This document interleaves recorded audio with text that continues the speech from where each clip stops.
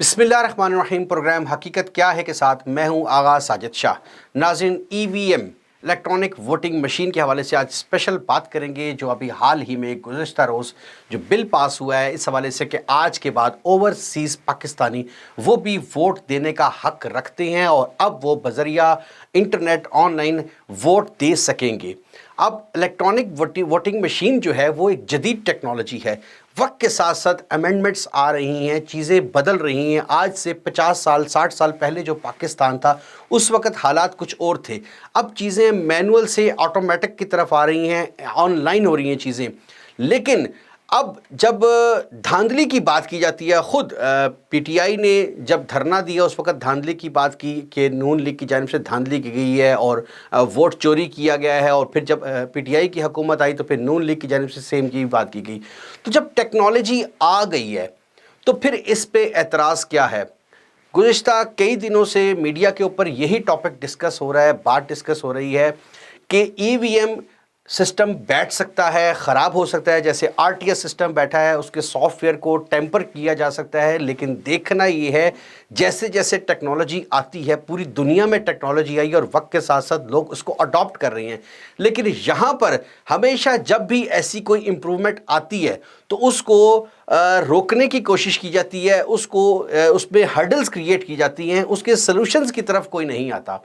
तो हमने इसके सॉल्यूशंस निकालने हैं। अगर अपोजिशन को कोई एतराज़ है भी तो वो अपोजिशन इसके सॉल्यूशंस बता सकती है, इसकी सजेशन दे सकती है, ना कि इसको बिल्कुल क्रिटिसाइज़ करके इसको ख़त्म करने की कोशिश कीजिए। इवन देन कि चूँकि अपोजिशन की जानिब से, चाहे उसमें पाकिस्तान मुस्लिम लीग नून है, पाकिस्तान पीपल्स पार्टी पार्लियामेंटेरियन है या दीगर सियासी जमातें, अगर उनको कोई ऑब्जेक्शन है तो जब वो हुकूमत में आएँ तो अगर उनको कोई ऑब्जेक्शन है, किसी किस्म का कोई खदशा है, तो उस खदशे को दूर करने के लिए इसकी इंप्रूवमेंट कर सकती है। जैसे नैब के हवाले से अक्सर बात होती है कि नैब काला कानून है, तो नून लीग ने अपने दौर में उस कानून को ख़त्म करने की कोशिश क्यों नहीं की या उसमें अमेंडमेंट करने की कोशिश क्यों नहीं की? ये एक सवालात हैं। तो इसी तरीके से ये अमेंडमेंट अगर ईवीएम आ ही गई है, और फिर इससे बड़ी इंपॉर्टेंट चीज़ कि ईवीएम के हवाले से जो पार्लियामेंट में बिल मंजूर किया गया वो भी अक्सरियत राय से मंजूर किया गया।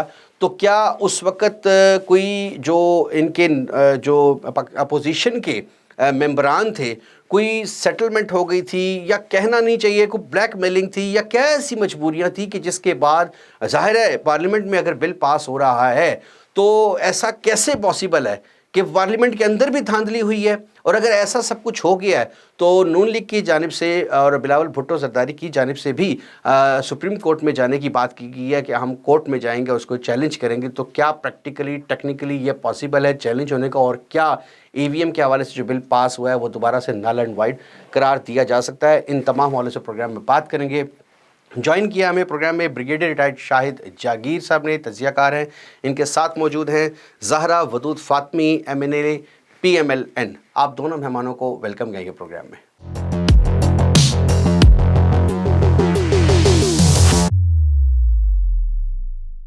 वेलकम बैक नाज़रीन। ब्रेक पे जाने से पहले मैंने इंट्रो करवाया था अपने मेहमान का, और अब मैं बात करूंगा मोहतरमा ज़हरा फातमी साहिबा से। मोहतरमा, सबसे पहले ये बताइएगा कि ईवीएम के हवाले से बिल पास हो गया, ये कैसे अक्सरियत राय से बिल पास हो गया? कैसे अपोजिशन की इतनी शिद्दत से मुखालफत होने के बावजूद हुकूमत अपने मकसद में कामयाब हो गई? बिस्मिल्लाहिर्रहमानिर्रहीम। बहुत शुक्रिया साजिद साहब। जैसे कि शहबाज शरीफ ने कहा है कि ईवीएम धांधली का दूसरा नाम ईवीएम है। कैसे पास हो गया, ये अगर आप कल पार्लियामेंट में होते तो आपको पता चल जाता ये कैसे पास हुआ है। क्योंकि वहां पे पीएमएलएन की तो 100% अटेंडेंस थी। पीटीआई पीपल्स पार्टी के कुछ लोग नहीं आ सके थे, वो अनफॉर्चुनेटली बीमार थे, इस वजह से नहीं आ सके। दूसरी, हमारे अली वजीर साहब जो अभी तक डिटेंशन में है, वो नेचुरली डिटेंशन में है, तो उनको तो आने की इजाजत तक नहीं थी। लेकिन जिस तरीके से कल हंगामा आराई हुई है और जिस तरीके से इन लोगों ने इन सारे बिलों को बुलडोज किया है, वो एक, हम कहते हैं, हमारे पार्लियामेंट के ऊपर एक स्याह दाग के तौर पे है। इन लोगों ने हर वो हरकत की जिसकी वजह से, जिससे ये कोशिश इनकी थी कि ये बिल सारी पास हो जाए। हम लोगों की ऑब्जेक्शन है, और बहुत ही शदीद किस्म की ऑब्जेक्शन है और जेन्युइन ऑब्जेक्शन है। हम सिर्फ इसलिए ये बात नहीं कर रहे हैं कि हम पीएमएलएन है और हमको इसको क्रिटिसाइज करना है और हमें इसको रिजेक्ट करना है। बिलें बनती है, लेकिन बिलें जब बनती हैं, जब कानून बनता है तो पार्लियामेंट में बनता है, हुकूमत में सिर्फ नहीं आप कह सकते। ये पूरी पार्लियामेंट। यही मैं जानना चाह रहा हूं कि आपकी अक्सरियत वहां मौजूद थी, इसके बावजूद आपके मेंबरान, क्या कुछ ऐसा सिलसिला तो नहीं, कोई गद्दारी वाला सिलसिला तो, कोई ब्लैकमेलिंग वाला सिलसिला तो नहीं हुआ? ये वोट वहां कैसे चले गए? वोटिंग तो सबके सामने, जो गिनती हुई है वो सबके सामने हुई है, तो ये कैसे धांधली? अभी तो वहां ईवीएम भी नहीं आई। साजिद साहब, आजकल धांधली करना कोई मुश्किल काम नहीं है, और आपको मैं ये बता रही हूँ कि इतनी सख्त धांधली हुई है, हमारे सामने ही हुई है, जिससे की वजह से वहां पे थोड़ी सी बहस भी बहुत ज्यादा हुई है, थोड़ी सी लड़ाइयां भी हुई हैं अपनी बात बताने के लिए कि ये गलत हो रहा है और आप लोग जो काम कर रहे हैं वो गलत हो रहा है। लेकिन जाहिर है हुकूमत के आगे एक तो ये बात भी सही है कि हुकूमत की वैसी मेजोरिटी थी, उनको ये सब करने की जरूरत नहीं थी। अगर उन्होंने किया है, जो कि हमें पता है कि क्या है, तो यकीन माने उस वक्त उनकी मेजॉरिटी नहीं थी, उनको यही डर था, यही खौफ था। और बाकी जो बातें आपने कही है कि जी बाहर से भी बहुत कुछ होते रहते हैं, आखिर पहले भी हुआ है, 2018 के इलेक्शन में भी हुआ है, आपको पता है। बाकी जगहों पे डस्का में भी इन्होंने बड़ी कोशिश की, वो तो शुक्र अल्हम्दुलिल्लाह कि इलेक्शन कमीशन को भी थोड़ा समझ में आ गई बात, और उन्होंने हमारी बात सुन करके जब पूरा चीज कोर्ट में आया तो पता चल गया कि उन्होंने कितनी सख्त धांधली की थी। अच्छा, एक सवाल और है, मैं यही आपसे पूछना चाहूंगा। एक चीज तय थी, आपने बार बार जिक्र किया कि पहले भी धांधली इन्होंने की है और ऐसे ऐसे सिलसिला हुआ है, वो सब चीजें तय हैं। क्या अपोजिशन को इस वक्त बाइकाट नहीं कर देना चाहिए था? कम से कम कुछ सिचुएशन सामने आती इस इलेक्शन में, इस कैलकुलेशन में, इस बिल को मंजूर कराने में हिस्सा लेने की। आखिर ऐसी क्या मजबूरी थी जिसके बाद हिस्सा भी लिया गया और फिर वो बिल मंजूर भी हो गया? जी वो ये थी कि हमें स्पीकर साहब ने खत लिखा था जिसमें उन्होंने कहा था कि इसको ये for the time being differ करेंगे, ताकि आपसे हम मिलकर बैठकर बात करें और इसमें अमेंडमेंट्स लेके आए, और आपकी जो कुछ भी आपकी रिजर्वेशन से वो हम सब मिल करके सामने करेंगे। वजह ये थी। दूसरी चीज वजह ना आने की होती तो ये कहते कि जी देखो अपोजिशन वाले भाग गए, हमारी कमजोरी वो समझते, इसलिए हम फाइट करने को तैयार थे। क्योंकि एक दिन पहले तक, एक रात पहले तक, हमारा ये 17 को इलेक्शन हुआ है और 16 की रात तक इनके अपने बंदे हमारे से इन टच थे, जिनकी हमसे ज्यादा जिनकी रिजर्वेशन थी, और वो बिल्कुल तैयार नहीं थे कि वो आकर के वोटिंग में हिस्सा लेंगे। लेकिन खलाई मखलूक मौजूद है जो कि ये काम करवा। लेकिन लेकिन मुहतरमा, फिर वही बात आ जाती है कि जिस गाड़ी में का यकीन हो कि इसका एक्सीडेंट हो जाना या इसका ड्राइवर ठीक नहीं है, उस गाड़ी में बैठ के सफ़र करना मेरा ख्याल है मुनासिब नहीं था, कि आपको पता था कि धांधली होनी ही होनी है। और जिस तरह से आपने कहा कि उनके लोग इन टच थे, तो हो सकता है आप नहीं समझती कि हो सकता है आपके कुछ लोग इन टच थे और अंदर कुछ हुआ है, गड़बड़ हुई है, हो सकती है, पॉसिबिलिटी है ऐसी। बहुत दफा ये होता है कि इंसान की एक होप होती है कि इस बार शायद ना हो, कि जैसे कि हमें मैसेजेस मिल रहे थे कि जी हम लोग अब किसी पॉलिटिक्स में हम शामिल नहीं है, हम जो है न्यूट्रल हो गए। तो चलिए एक चीज को आजमा कर हमने देख लिया और हमें समझ में आ गया कि ये जगह कभी न्यूट्रल नहीं हो सकती है। हमें इसका अंदाजा हो गया है, बहुत दुरुस्त अच्छी तरह से हो गया है। दुरुस्त खैर हो गया। उसको तो देखें, जो होना था वो तो हो गया।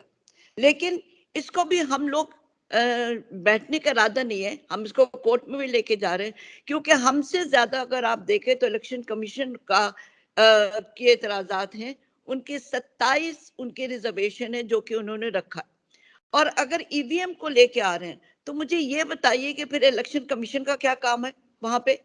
इलेक्शन कमीशन को तो आपने खत्म कर दिया ना, क्योंकि एक मशीन जब आ रही है और मशीन की जो कुछ भी आप जब आखिर में वोट को गिनती होगी, वोट के सब चक्कर हो गया, तो नादरा से होगी। तो नादरा बीच में कहां से आ गया? मुझे ये बताइए। इलेक्शन कमीशन को खत्म करके आपने आपने तो इलेक्शन कमीशन को जीरो कर दिया। आपने सारा पावर इलेक्शन कमीशन से ले लिया है और आपने उसको नादरा में दे दिया। नादरा में आपने अपने आदमी को बिठाया हुआ है। ठीक। मैं वापस इसी पॉइंट पे आपके आपके पास वापस आता हूँ। ब्रिगेडियर साहब, ये बताइएगा, हुज्जत तमाम करने के लिए इस इलेक्शन में इस बिल के हवाले से जो कैलकुलेशन वोटिंग हुई उसमें हिस्सा ले लिया, लेकिन इसके बावजूद हालात ऐसे हुए कि धांधली हुई जो अपोजिशन का इल्ज़ाम है। बहैसियत तज्ज़ियाकार आप नहीं समझते अपोजिशन का अगर बार बार शहबाज शरीफ साहब की जानिब से कहा गया और बिलावल साहब की जानिब से कहा गया कि दोबारा से गिनती की जाए, लेकिन हुकूमत ने और जो स्पीकर साहब थे उन्होंने इस चीज़ को बॉदर नहीं किया और दोबारा गिनती से किनारा कशी की, तो क्या ये उनका गलत इक़दाम नहीं था? इनकी सेटिस्फेक्शन के लिए कर लिया जाता तो बेहतर नहीं था? जी, बिस्मिल्लाहिर्रहमानिर्रहीम। Thank you very much Shah साहब for calling me on your programme. देखिए जी, बात ये है कि ये हम सुनते आए हैं, बड़े हो गए हैं, बूढ़े हो गए हैं कि जी इलेक्शन में जो है वो धांधली होती है, बिलिंग की जो काउंटिंग होती है उसमें धांधली होती है, लेकिन प्रूफ तो नहीं हुआ। वन कहने को तो सारे कह देते हैं, लेकिन आप उसको क्यों आपने बड़ा सही अपने इंट्रोडक्शन में ये बोला कि अगर इनको कोई प्रॉब्लम थी तो why they pointed out after this, जब ये सारे बिल मंजूर हो गए थे उससे पहले क्यों नहीं वॉकआउट करके ये सारे, अगर इनको उसमें इशू था। दूसरी चीज ये है कि हमारी पॉलिटिक्स के दो रुख हैं। एक रुख है जो कि लोगों को, वोटर्स को दिखाया जाता है, जो कि एक डुगडुगी बजाई जाती है और लोगों को इकट्ठा किया जाता है। एक रुख है इनका जिसके ऊपर नेशनल इश्यूज पे जब इनको बताया जाता है कि जी ये प्रॉब्लम है और it needs to be addressed, फिर ये आके वो बिल भी पास कर देते हैं और बाद में बाहर जाके लोगों को कहते हैं कि जी हम तो इलेक्शन में हमारे साथ तो ये धांधली हुई है। तो भाई आप लोगों किसी ने जैसे आप देखेंगे कुछ लोगों ने कहा जी हम तो लाए नहीं, लाए गए हैं। तो भाई अगर तुम्हारे में इतनी भी गैरत नहीं है कि तुम्हें अगर कोई गन पॉइंट पे लेके आ रहा है तो वो अलग बात है, और जो है वो इस तरह की जो बातें हैं ये मैच्योर पॉलिटिशियंस नहीं करते हैं। या तो वो काम करते हैं और उस पर खड़े रहते हैं या वो नहीं करते हैं। अगर आपको कोई चीज पसंद नहीं है, बिल पसंद नहीं है, तो आप उसमें मत बैठे, नंबर वन। दूसरा हमारा पार्लियामेंटेरियन का, और specially with lot of respect to respected lady, Muslim League Noon का जो इशू है वो ये है कि वो तो इस चीज में है कि ना खेडेंगे ना खेडन देंगे। ना वो बिल पढ़ते हैं, ना उसको डिटेल में एनालाइज करते हैं, ना उसको कोई किसी से उसमें इंटेलेक्चुअल इनपुट लेते हैं। वो तो सिर्फ ये कहते हैं कि जी ये हो ही नहीं सकता। ठीक है जी। तो नहीं, यहाँ पर ब्रिगेडियर साहब पाकिस्तान मुस्लिम लीग नून की बात नहीं है, सारी पोजीशन इस पॉइंट पर इकट्ठी है कि ये बिल पास नहीं होना चाहिए क्योंकि आरटीएस जो सिस्टम का एक्सपीरियंस है वो कोई अच्छा नहीं रहा।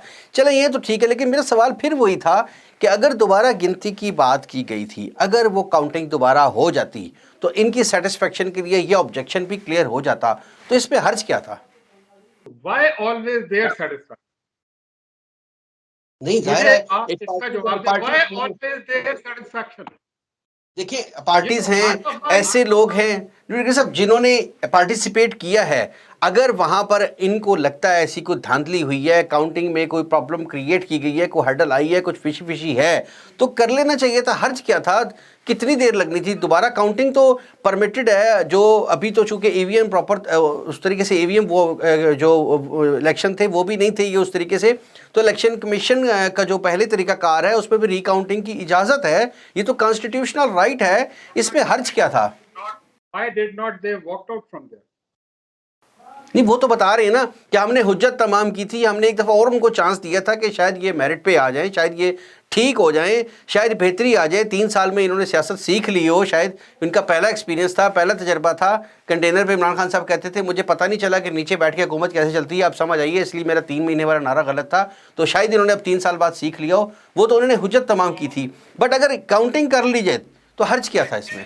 शायद जी बात यह है कि आई वुड जस्ट से, इस पे आप जितना मर्जी डिस्कशन कर ले, इसका आखिरी हल यही निकलता है कि मैंने अगर बहुत अच्छा खाना खाया आपके घर से, लेकिन मैंने उसकी तारीफ नहीं करनी अगर, और मैंने आपको लेट डाउन करना है, तो मैं कहूंगा यार बाकी तो ठीक सी, लॉन्ग बिटवीन ठीक नहीं पाया इसमें। That is the crux of the story, let's move ahead.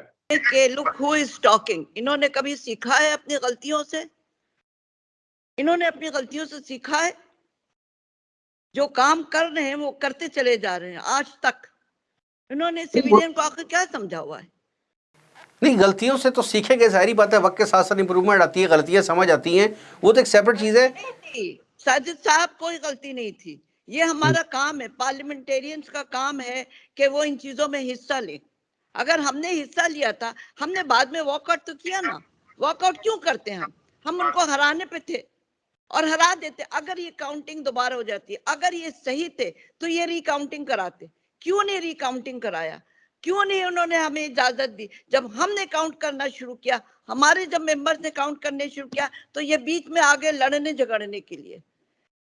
Sajid साहब, रियलिटी कुछ होती है और इसकी। अच्छा, अब मुहतरमा एक चीज़ और मुझे बताइएगा कि दुरुस्त कह रहे हैं, रिकाउंटिंग वाला इब्हाम अभी भी बाकी है कि रिकाउंटिंग कराने में हर्ज कोई नहीं था, लेकिन हुकूमत की जानिब से कि इनकी सेटिस्फेक्शन या इनकी खुशी के लिए हम कोई भी काम क्यों करें। हालांकि अगर न्यूट्रल हुकूमत न्यूट्रल रिएक्ट करती तो कर लेने में हर्ज कोई नहीं था। मुझे ये बताइएगा कि पहले भी नवाज शरीफ साहब के हवाले से, पाकिस्तान मुस्लिम लीग नून के हवाले से अदालतों की जानिब से कोई अच्छी पॉजिटिव ख़बरें नहीं आई इस टेन्योर के अंदर। अब एक बार फिर जो अपोजिशन ने दोबारा अदालत में जाने की का ऐलान किया है, इंदिया दिया है इस हवाले से, ईवीएम के हवाले से, तो क्या उम्मीद है कि ईवीएम के हवाले से कोई फ़ैसला पीएमएलएन या अपोजिशन के हक़ में आ जाएगा, या जो भी फ़ैसला होगा वो अपोजिशन को मंजूर होगा? जी, इंसान का एतमाद आखिर किधर जाएगा साजिद साहब? अगर हम अपने अदालत से भी ये उम्मीद उठा लें कि ये कभी सही काम करेंगे या कभी हमें सही वो मिलेगा, तो फिर क्या है? मुझे बताइए, किसके पास हम जाएं? और दूसरी ये कि ये पीएमएलएन का बात तो नहीं है। पीएमएलएन का नाम क्यों सिर्फ आ रहा है? ये तो पूरी पार्लियामेंट की बात है, ये सारी अपोजिशन की बात है, उसमें हर कोई मौजूद था, यहाँ तक कि इस बार जमायत इस्लामी भी उसमें मौजूद थी हमारे साथ। तो हम तो सारे इकट्ठे थे, तो हम क्यों नहीं फाइट करते इन चीजों से? मुझे बताइए, क्यों नहीं फाइट करते हम? हमने तो फाइट किया। अगर हम नहीं करते हैं तो आप लोगों को इतराज होता है कि जी भाग गए, किया नहीं। जब हम करते हैं तो आप कहते हैं क्यों करते हैं? इन्होंने क्यों नहीं? जब हम लोगों ने हर चीज पे इतराज उठाया, जब अब शहबाज शरीफ साहब ने, बिलावल साहब ने जब ये कहा कि आपने तो हमसे कहा था कि इसके ऊपर हम अमेंडमेंट्स लेके आ सकते हैं, जब हमने आपसे ये बात की तो उसके बाद आपने कोई जवाब नहीं दिया। तो ये तो हमारे स्पीकर खुद जो है ना वो कंट्रोवर्शियल है। आज तक उन्होंने कोई सही फैसला किया है? कभी उन्होंने अपोजिशन का साथ दिया है? अच्छा, आप इस चीज़ से एग्री करती हैं कि अदालती जो भी, अदालत में जाने के बाद अदालती जो भी फैसला होगा उससे आप डिसएग्री नहीं करेंगे बल्कि उसको एग्री करेंगे? सिर्फ हमारा नहीं है, अदालत के फैसले पे सिर्फ हम नहीं होंगे, हम लेकर जाएंगे कि इलेक्शन कमीशन की खुद कितनी सारी रिजर्वेशंस हैं।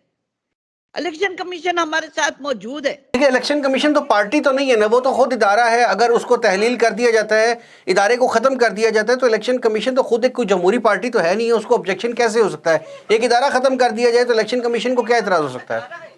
एक आपका इदारा जिसको आइन का हक हासिल है, ये आईनी इदारा है, ये कोई हम और आप नहीं है, ये आईनी इदारा है और इसके पावर उतनी है जैसे एक जुडिशरी के पावर होते हैं, इसको उतनी हक हासिल है। और जितना इलेक्शन है, इलेक्शन तो कराती है इलेक्शन कमीशन, ये उसका है, उसका दमदार है, सारा कुछ इलेक्शन कमीशन। देखिए, इलेक्शन का ट्रांसपेरेंसी उसकी फेयर एंड फेयर इलेक्शन जो है वो है इलेक्शन कमीशन का काम। ये हमारा काम नहीं है, ये उनका काम है, ये उनकी जिम्मेदारी है। आप उन पे छोड़े ना। अगर ईवीएम मशीन आपको लाना था तो आप पहले इलेक्शन कमीशन को तो सेटिस्फाई करें, पहले उनको तो दिखाएं सारी चीजें। एक इंसान जिसके ईवीएम बनाया है वो जब खुद खड़ा होके कह रहा है कि मुझे 15 मिनट सिर्फ दीजिए, मैं आपको ये मशीन हैक करके दे सकता हूँ। 50 किस्म के मेरे खुद मुलाकात हो चुकी है उस इंसान से जिसने इलेक्ट्रॉनिक मशीन बना रहे हैं ये। उसने कहा था कि देखिए कोई भी मशीन ऐसी नहीं है जिसमें कोई सॉफ्टवेयर, तो आपके इंटरनेट में हर दिन सॉफ्टवेयर में आपके कोई ना कोई प्रॉब्लम्स आती रहती है, हर दफा में आ जाता है, कोई एक नई चीज तो नहीं है। आपके तो इमरान खान साहब का टेलीफोन खुद हैक हुआ है, आपके एफबीआर का डेटा सारा हैक हुआ है जो कि अभी तक ठीक नहीं हुआ है। तो इसके बाद आप क्या एक्सपेक्ट करते हैं? मैं वापस इसी के ऊपर आता हूं कि ईवीएम की टेक्नोलॉजी के हवाले से बात करें। ब्रिगेडियर साहब ये बताइएगा, अगर अपोजिशन एक दफ़ा फिर अदालत में जाती है और उसके बाद अदालत में कोई भी फैसला आता है, आप क्या समझते हैं कि अदालत इस हवाले से कोई डिसीजन ले पाएगी? ये बिल दोबारा से नल एंड वाइड डिक्लेयर हो सकेगा कि अदालती इख्तियारात अदालत के पास ऐसे हैं, या इतना बोल्ड स्टेप अदालत ले सकती है पार्लियामेंट के खिलाफ? आपकी वसासत से अपनी मोहतरमा जो कोलीग हैं उनसे ये सवाल करना चाहूँगा, और अगर वो जवाब देना चाहे मुनासिब समझे तो ज़रूर। क्या इन्होंने ईवीएम मशीन खुद देखी है, उसका फंक्शन देखा?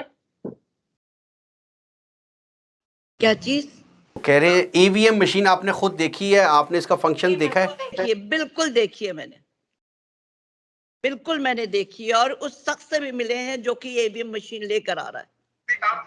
मैं आपको ये नहीं बताऊंगी कभी भी कि मैंने कहाँ देखी, मगर मैंने देखी साहब हैं, उन्होंने जो पार्लियामेंट कमेटी के सामने, मुझे बात करने दें अभी जरा, पार्लियामेंट कमेटी के सामने जो बात की है वो ये की है कि इलेक्शन कमीशन ऑफ बात कर रहे हैं जी, ब्रिगेडियर साहब बात कर रहे हैं। इलेक्शन कमीशन ऑफ पाकिस्तान, मुझे बात ये देखें, ये फिर बात तो नहीं हो सकती क्वेश्चन ना। ऑफ के मेरा जहन इस बात पे नहीं तैयार हो रहा है कि हम इस मशीन को इंट्रोड्यूस करें और लाखों की तादाद में आप मशीन पाकिस्तान। इस मशीन के हवाले से, इसकी वर्किंग के हवाले से ब्रिगेडियर साहब को बात करना चाह रही हैं, बताना चाह रही हैं, बताइए।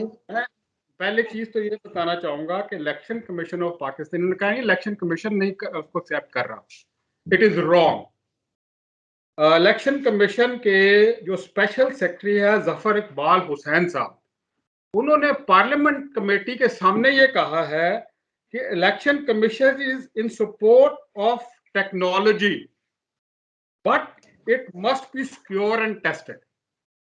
उन्होंने ये नहीं कहा कि जी ये जो है ईवीएम पे नहीं होने चाहिए इलेक्शन। उन्होंने ये कहा है कि हमें श्योरिटी दी जाए कि ये सिक्योर है, टेम्परेबल नहीं है, और इसका जो है वो टेस्ट किया गया है, इसका function. Now as far as security is concern, हमारे जो minister of science and technology हैं, उन्होंने बड़ा ओपनली कहा है कि anyone who can tamper this machine he will be awarded 1 lakh या जितना भी उन्होंने कहा है उसमें। जहां तक टेस्टिंग का मामला है, वो आप जो है आप इसको टेस्ट करना चाह रहे हैं, जो बाय इलेक्शंस हैं जो कि अपोजिशन नहीं करने देना चाह रहे, नंबर 1। नंबर 2,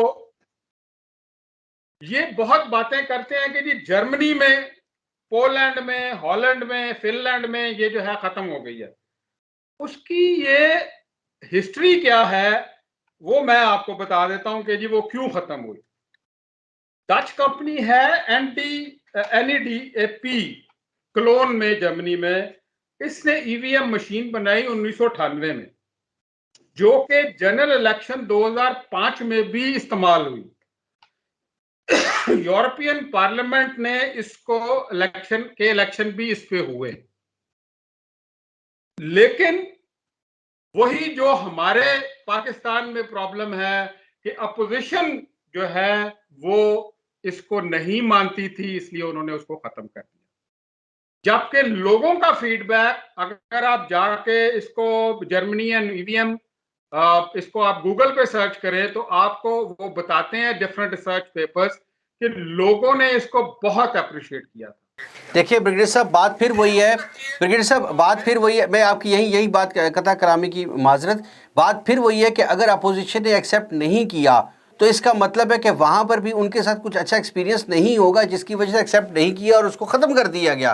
कि अगर ऐसा ना होता, अगर आप बताता हूँ, अभी आपको मैं बताता हूँ कि हमारे इलेक्शन यहाँ पे कैसे होते हैं। हमारे इलेक्शन में पोलिंग मटेरियल जब आ जाता है डिस्ट्रिक्ट रिटर्निंग ऑफिसर के पास, तो वो डिस्ट्रीब्यूट कर देता है जो असिस्टेंट रिटर्निंग ऑफिसर होते हैं जो कि जुडिशरी से होते हैं, वो आगे डिस्ट्रीब्यूट कर देते हैं, जाके डिस्ट्रीब्यूट कर देते हैं जो पोलिंग ऑफिसर्स होते हैं।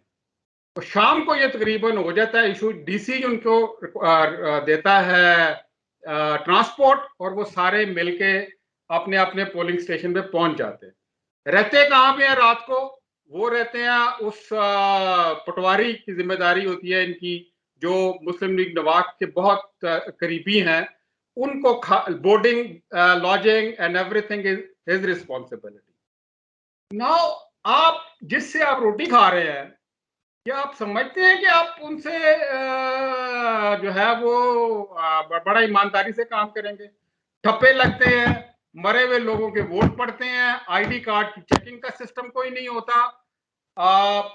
नात्रा आपका वो इंस्टीट्यूशन है जो कि एक इंसान, एक पाकिस्तानी का हर डाटा, चाहे वो गाड़ी का है, आपकी प्रॉपर्टी का है, आपका बाकी चीजों का है, वो एक कार्ड में ला सकता है। Just swipe a card and आपके हर एक का पता चल सकता है।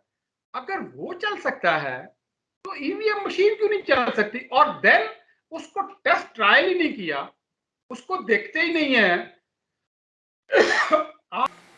ब्रिगेडियर साहब की आवाज़ आपकी नहीं आ रही, शायद कोई टेक्निकल प्रॉब्लम है।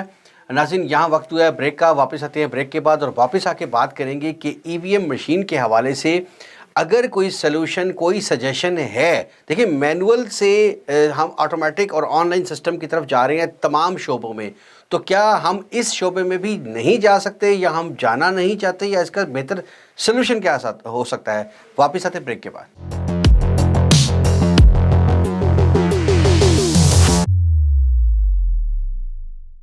वेलकम बैक नाज़रीन। ब्रेक पे जाने से पहले हम बात कर रहे थे ईवीएम के हवाले से कि धांधली दोनों तरफ हो रही है, बकौल अपोजिशन और हुकूमत के। हुकूमत कहती है मैनुअल में धांधली ज़्यादा है, मैनुअल सिस्टम में, जबकि जो इलेक्ट्रॉनिक वोटिंग मशीन के ज़रिए धांधली के चांस ज़्यादा हैं। ये है अपोजिशन का बयानिया।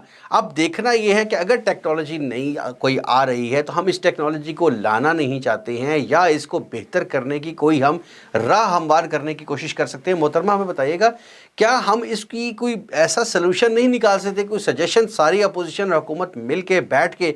जैसे आप बात करते हैं आरटीएस सिस्टम के हाथ हमें लग चुके हैं, वो हमारे साथ धांधली हो चुकी है। धांधली तो आरटीएस सिस्टम के बगैर भी हो रही है। अभी जैसे अभी आपने कहा कि कल भी जो बिल पास हुआ है, इसमें भी धांधली हुई है।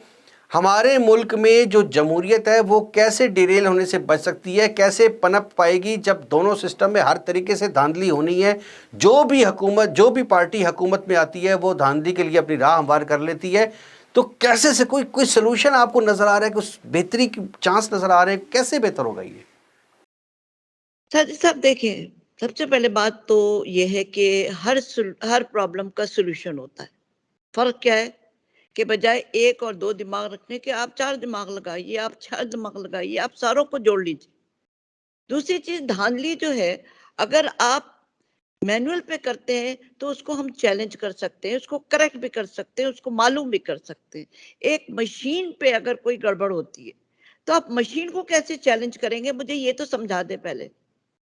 और पूरी दुनिया में होता है। देखिए, ज्यादातर यूरोपियन कंट्रीज में, अमेरिका में ईवीएम मशीन जो है उसको खत्म कर दिया, और वजह उसकी यही थी कि ये मशीन पे ट्रस्ट नहीं कर रहे थे। कहते कि इसमें ज्यादा करप्शन होती है, बजाय इसके वहां भी अब वही काम शुरू हो गया है जो हम लोग करते हैं, जो एक है इंसान से होता है, इंसान करता है। फर्क ये है कि हमारे यहाँ इंसान को खुद इस मामले में करप्शन फ्री होना चाहिए। अगर उसके जहन में है ही कि मुझे ये काम करना है और बाय हुक और बाय क्रुक मुझे ये काम करके देना है, तो फिर वो तो हर दुनिया की हर चीज आजमाएगा उस काम को पाने के लिए। जैसे कि कल की बात थी कि ये बिलों को हमको 17 तारीख से पहले ला के देना है। भाई ऐसी कौन सी मुसीबत आ गई? अगर 2 दिन आप आगे चले जाते, अगर आप हमारे साथ बैठ जाते, अपोजिशन के साथ बैठ जाते और कहते कि भाई आप इतना ज्यादा अगर आपके इसमें ये है कि ईवीएम मशीन बिल्कुल काम ही नहीं कर सकती है, आइए चल के हम सब बैठते हैं और कोई हल निकालते हैं। हल हर चीज का है। मैं यही चीज़ कह रहा हूँ कि इसका कोई सलूशन निकाला जा सकता है। कोई आप अदालत में चैलेंज की बात कर रहे हैं, अदालत भी अगर आपके अगेंस्ट चली जाती है इस बात पे फैसला डिसीजन ज़ाहिर है कुछ भी आ सकता है, तो उस वक्त आपके पास ऑप्शन क्या बचेगी? क्या बैठ के कोई सलूशन नहीं निकाला जा सकता? या इस जिद के अंदर दोनों अगर अपोजिशन हुकूमत जिद कर लेती हैं तो इसमें सिस्टम को नुकसान पहुँच रहा है, मुल्क को नुकसान पहुँच रहा है, आवाम के लिए नुकसान बन रहा है, तो इसका कोई दरमियानी रास्ता निकाला जा सकता है? क्यों नहीं निकाला जा सकता? अब हम जिद नहीं कर रहे हैं, हमने ये चीज उनसे कही हुई है। हमने आज नहीं, बहुत दफा हमने अपोजिशन से कहा। देखिए पिछले साल भी, पिछले हमारी दौर में जब नवाज शरीफ थे, तो उस दौर में भी हमने इलेक्शन कमीशन का इलेक्टोरल अमेंडमेंट्स लेकर आए थे और सारी पार्टीज मिलकर बैठी थी। पीएमएल में पीटीआई, पीपल्स पार्टी, जमायत इस्लामी, फजलुर रहमान की पार्टी, जितनी पार्टीज थी और बाकी जितनी छोटी बड़ी पार्टीज थी, हमने सबको अपने साथ मिलाया था। हम सिविल सोसाइटी को भी लेकर आए थे। अच्छा, बस आखिरी आखिरी आखिरी आखिरी मोहतरमा, टाइम थोड़ा सा एंड आ गया है। प्रोग्राम का टाइम करीब पहुंच चुका है। मुझे सिर्फ इतना सा बता दीजिए, क्या अगर किसी किस्म की कोई श्योरिटी दे दी जाए ईवीएम के हवाले से, आप जो डिमांड करें, जैसे अभी आपने कहा मिल बैठ के कोई रास्ता निकाला जा सकता है धांधली से बचने का, अगर ऐसी कोई सजेशन आ जाती है अपोजिशन की जानिब से कि इस पे श्योरिटी दी जाए, हमें यकीन दिलाया जाए कि धांधली ईवीएम के ज़रिए नहीं होगा, ऐसी कोई श्योरिटी आपकी डिमांड के ऊपर दी जाए, तो फिर अपोजिशन इस ईवीएम को एक्सेप्ट कर सकती है या कोई सूरत नहीं है? साजिद साहब, आपने जो सवाल किया, देखिए मिल के बैठने की बात होती है। आई एम श्योर कि कोई ना कोई सोल्यूशन निकल सकता है इसके लिए। एक्सेप्ट हो भी सकती है, नहीं भी हो सकती है। अगर श्योरिटी दें, अगर ऐसा हमें सेटिस्फाई कर लें, तो इसमें कोई रास्ता निकल सकता है। देखिए ना, ये एक मशीन है। हमारे पास एक तो इंटरनेट का भी प्रॉब्लम आ सकता है, हमारे पास इलेक्ट्रिसिटी नहीं है, उसमें प्रॉब्लम आ सकता है। प्रॉब्लम तो हजारों किस्म के होते हैं। हमारे लोगों को अभी तक इसकी अवेयरनेस नहीं है।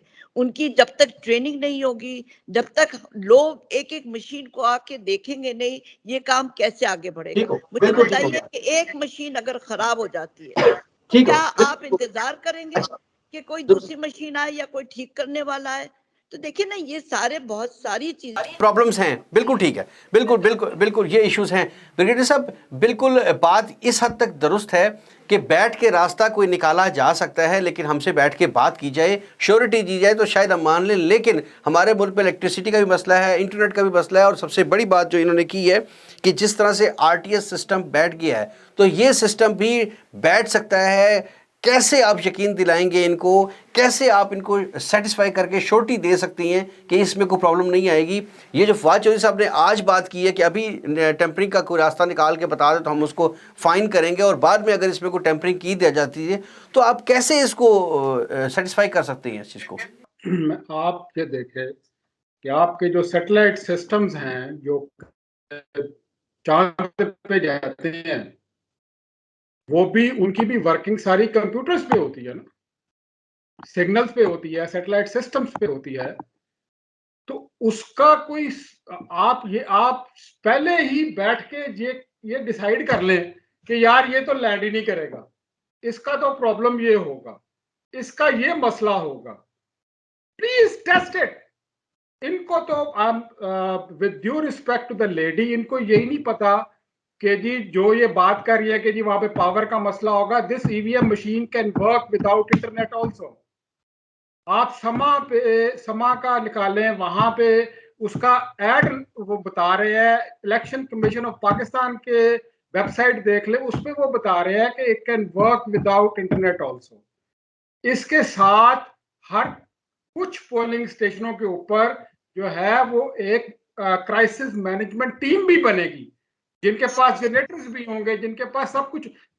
दिस शोज कि they are just here for opposing it, because वो पहले होता था कि जी ना तो आईडी कार्ड चेक होता था, मरे हुए लोगों के वोट पड़ते थे, ठीक है जी, और डबल वोट पड़ते थे, ठप्पे लगते थे, वो सिस्टम जो है ये चलना चाहते हैं। दुनिया आगे चल रही है, दुनिया एडवांस हो रही है, और ठीक होगा। टेक्निकली जब आपको पता नहीं है खुद, तो आप कैसे कमेंट कर सकते हैं कि एक टेक्नोलॉजी जो है वो टेक्नोलॉजी और आए। ये बात कर रहे हैं अमेरिका की, हर एक जगह के ऊपर ये किसी ने नहीं कहा कि इलेक्ट्रॉनिक वोटिंग सिस्टम जो है इट इज अ कंबरसम इक्विपमेंट। आप दोनों मेहमानों की तशरीफ आवरी का बहुत शुक्रिया। बड़ी डिटेल से गुफ्तगू हुई है, बहुत अच्छे अंदाज से कुछ पॉइंटेशन सामने आई है। ब्रिगेडियर साहब की जानिब से कहा गया है कि ज़िद ना करें, बहस ना करें, कोशिश करें इसको समझने की। अगर इसमें कहीं इबाहम है तो इसकी बेहतरी के लिए कोशिश की जाए, और ये बग़ैर इंटरनेट के या बग़ैर इलेक्ट्रिसिटी के ये मशीन चल सकती है। इस हवाले से काफ़ी वर्किंग हो चुकी है, और फाज चौधरी साहब की जानिब से अगर टेम्परिंग कोई करता है तो ऐलान किया गया कि उसका 1 लाख या वट फाइन भी हो सकता है। कोई टेम्पर करके हमें इसको दिखाए, ऐसी टेम्परिंग वाली कोई सिचुएशन नहीं है, कोई चांसेस नहीं है। ये सारी बात की है, लेकिन बड़ा अहम नुक्ता जो मोहतरमा ज़हरा साहिबा की जानिब से उठाया गया कि पहले जो धांधली होती थी उस हवाले से अपील की जा सकती थी, उस हवाले से कोर्ट्स में जाया जा सकता था, उसको चैलेंज किया जा सकता।